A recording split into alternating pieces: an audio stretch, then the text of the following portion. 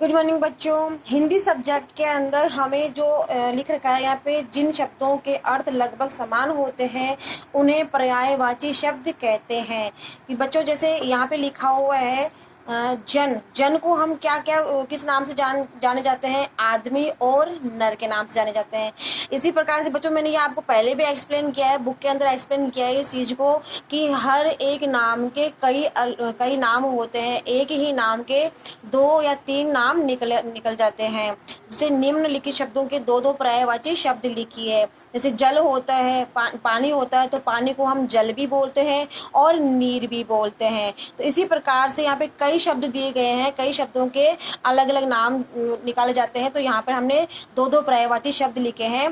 तो मैंने आपको पहले ये बुक में करवाया था। आज बच्चों आपको ये अपनी नोटबुक में राइट करना है। इस प्रकार से राइट करना है नोटबुक के अंदर। जिस दिन आप वर्क कर रहे हो उस दिन की डेट मेंशन करनी है। पार्ट 1 लिखना है। उसके बाद में निम्नलिखित शब्दों के दो दो पर्यायवाची शब्द लिखिए। बच्चों आपको इसी प्रकार से लिखना है। जैसे जन है, जन का आदमी और नर। सागर का जलधि और निरधि। निवासी का लोग और जन समूह है। माला का हार और गजरा। राग का स्वर और गीत। रूप का आकार और शक्ल। न्यारी का पृथक और अलग। तराना का गाना और संगीत। बेटा का पुत्र और लाल। घर का गृह और धाम। तो पर्यायवाची शब्द बच्चों उनको बोलते हैं एक ही शब्द के दो या तीन मीन निकलते हैं। तो आपको बच्चों ये अपनी नोटबुक में इसी प्रकार से राइट करना है। बच्चों साथ में इनको लर्न भी करना है, क्योंकि आपके टेस्ट होने जाएंगे और आपके एग्जाम्स होंगे। आप बच्चों ये मत सोचना कि आप राइट कर रहे हो तो सही है, नहीं राइट कर रहे हो तो सही है। आपके घर पे आके भी आपकी चेकिंग हो सकती है, नोटबुक्स चेकिंग हो सकती है, या फिर स्कूल में बुलाकर भी आपकी नोटबुक्स चेक की जा सकती है। आगे जाके टेस्ट एग्जाम सब होंगे बच्चों। आप ये मत सोचना बिल्कुल भी कि अपने लिख रहे हैं तो सही है, ना लिख रहे हैं तो सही है। इसलिए बच्चों आपको अच्छी हैंड राइटिंग में इसी प्रकार से आपका जितने भी सब्जेक्ट का वर्क आ रहा है आपको ये वर्क अपनी नोटबुक में राइट करना है। अगर नोटबुक में दिया जा रहा है तो नोटबुक में करना है, बुक में दिया जा रहा है तो आपको बुक में करना है। आगे बढ़ते बच्चों, हम इंग्लिश ग्रामर के अंदर हमने कॉमन नाउन चैप्टर रीड किया था। उसके बाद में हम इसके एक्सरसाइज करने जा रहे हैं। Exercise number 2.1। इसमें राइट है बच्चों, underline the common nouns in the following sentences, one has been done for you. बच्चों यहाँ पर कुछ सेंटेंसेज दिए गए हैं। इन सेंटेंसेज के अंदर हमें कॉमन नाउन जो है वो किस कॉमन नाउन का मतलब जातिवाचक संज्ञा की वो जो है किस जाति से प्रसिद्ध हो रहा है उसको अंदर हमें अंडरलाइन करना है। तो बच्चों यहाँ पे इस बुक के अंदर तो अंडरलाइन जितने में सबके अंदर करना है, लेकिन जहाँ जहाँ पर मैंने ये टिक मेंशन कर रखा है वो आपको अपनी नोटबुक में फिल करना है। जैसे कि ये बी हो गया, सी हो गया, एफ हो गया, जी हो गया और एच हो गया। इनको तो आपको अपनी नोटबुक में फिल करना है और सेम इसी तरीके से आपको अंडरलाइन करनी है। बाकी के जो पूरे हैं ए से लेकर के जे तक हैं जिनको आपको अपनी बुक में ही अंडरलाइन करनी है। जैसे बच्चों यहाँ लिखा हुआ है Krishna is a boy, his sister Ritu is a girl. तो कृष्णा क्या है? बॉय। कृष्णा नेम हो गया, लेकिन बॉय क्या हो गई? उसकी जाति हो गई। हिज सिस्टर उसकी जो बहन है, बहन क्या हो गई? यहाँ पे जाति हो गई। Ritu is a girl, Ritu क्या हो गई? ओनली संज्ञा हो गई, लेकिन जाति क्या हो गई उसकी कि वो गर्ल है। तो इसी प्रकार से यहाँ पर दिया गया है that man is my uncle, वह आदमी जो है वो मेरा अंकल है, यानी कि मेरा चाचा है। तो यहाँ पर उसकी जाति क्या हो गई? आदमी तो हो गया, लेकिन उसकी जाति क्या हो गई कि वो चाचा है। He has come to school to take me home. कहाँ से? घर लेके जा रहे हैं, कहाँ से? स्कूल से। तो यहाँ पे स्कूल हो गया जात कॉमन नाउन और यहाँ पे होम हो गया common noun.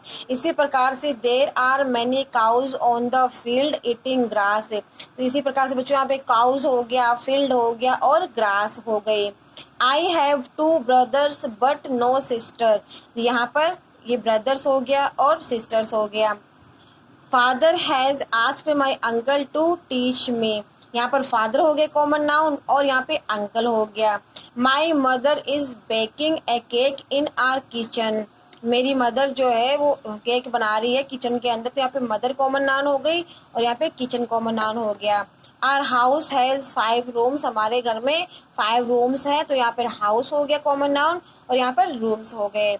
A Lions has कब्स, एक जो शेरनी है उसके कब्स यानी कि शेर के बच्चे हैं, तो यहाँ पे जो है लाइनेस हो गया और कब्स हो गया। Tigers are found in the jungle, tigers जो है चीता जो बाघ होते हैं वो जंगल में पाए जाते हैं, तो यहाँ पर टाइगर्स और जंगल हो गया common noun. The servant is dusting the table, जो सर्वेंट है नौकर है वो टेबल की डस्टिंग साफ कर रहे हैं, तो यहाँ पे सर्वेंट हो गया और टेबल हो गई। We have 20 benches in our classroom, हमारी क्लासरूम जो है उसके अंदर 20 बेंचेज है, तो यहाँ पर बेंचेज हो गया और क्लासरूम हो गए। तो बच्चों इसी प्रकार से आपको ये ए से लेकर के जे तक तो है, वहाँ पर आपको बुक में ही करना है, उसके बाद में जो जो मैंने टिक मेंशन कर रखे हैं वो आपको अपनी नोटबुक में फिल करना है। आगे बढ़ते बच्चों हम मैथ सब्जेक्ट में कैसे, जैसे क्वेश्चन नंबर 1 मैंने करवाया था प्लेस वैल्यू वाला, सेम उसी बच्चों ये पैटर्न यही रहेगा इसके अंदर भी। क्वेश्चन नंबर 2 में right the numbers for the given place values, बच्चों पैटर्न सेम क्वेश्चन 1 वाला ही रहेगा, इसके अंदर भी वही पैटर्न रहेगा। 3 बॉक्स हमें लेफ्ट करने हैं, लेकिन लेफ्ट में अंदर हमें ये बॉक्सेस बनाने हैं। यहाँ पे क्वेश्चन नंबर 1 में हमने बॉक्सेस नहीं बनाए थे, लेकिन इसके अंदर हमें बॉक्सेस बनाने हैं। 3 बॉक्सेस लेफ्ट करके हमें यहाँ पे बॉक्सेस बनाने हैं, उसके बाद में 1 2 3 बॉक्स यहाँ बनाने हैं, ऊपर से हमें 1 2 3 4 बॉक्सेस हमें लेने हैं। यहाँ पे इसमें बच्चों हमें क्या करना है, जैसे कि मैंने यहाँ लिख रखा है 940, जीरो का तो कोई मीन नहीं निकल रहा है यहाँ पे, 940, तो हमें इस 900 का क्या लिखना है, यहाँ पे ओनली 9 राइट करना है।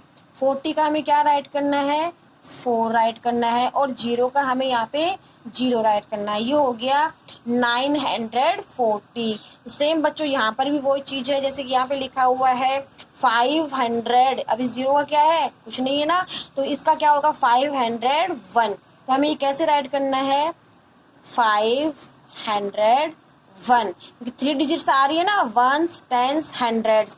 अगर यहाँ पे 0 नहीं होता तो वो 51 हो जाता, लेकिन यहाँ पे 0 आ गया बीच के अंदर, तो ये हो गया 501, तो हमें इसको इस प्रकार से फिल करना है।